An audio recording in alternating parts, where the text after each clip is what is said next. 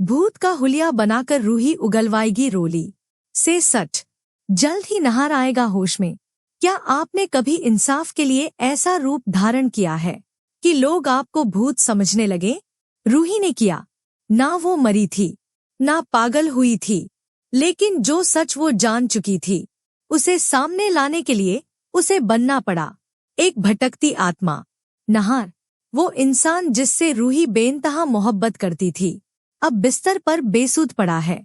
Doctor ने कहा होश में आने के कोई आसार नहीं, लेकिन एक रात रूही ने छुपकर सुना रॉली की जुबान से वो सच जिसने रूही की रूह हिला दी।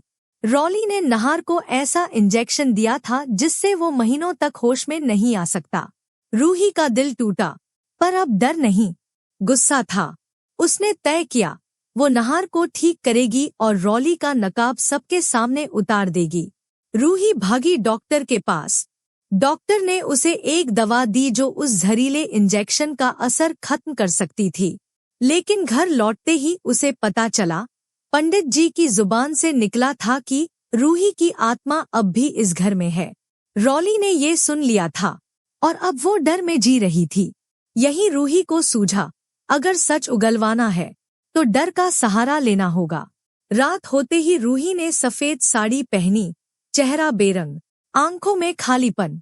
धीरे धीरे वो रॉली के कमरे के दरवाजे पर पहुंची और ठक ठक दस्तक दी।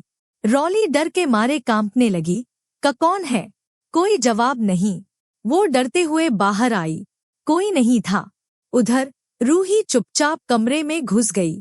रॉली लौटी, खुद को समझाया कि शायद भ्रम हुआ होगा, लेकिन जैसे ही वो बिस्तर पर लेटी, रूही उसके सामने थी, सफेद साड़ी में, आंखें लाल, एक भूत की तरह। रॉली का रंग उड़ गया। वो हाथ जोड़कर गिर पड़ी।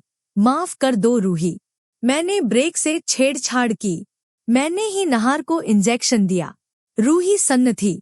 तो एक्सीडेंट भी रॉली की साजिश थी। उसकी खुद की बहन ने उसे और नहार को मारने की कोशिश की थी।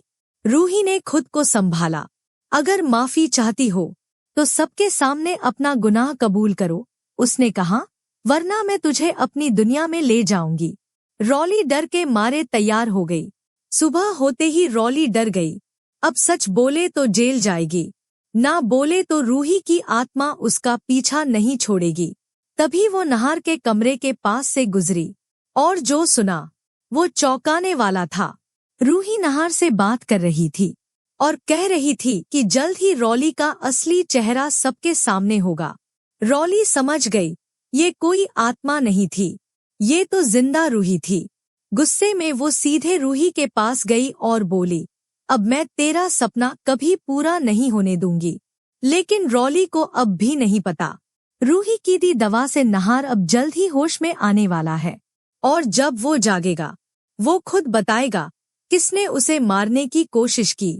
तो अब सवाल ये है, क्या रॉली खुद सच बताएगी या नहार की जुबान से निकला सच उसे सलाखों के पीछे पहुंचा देगा?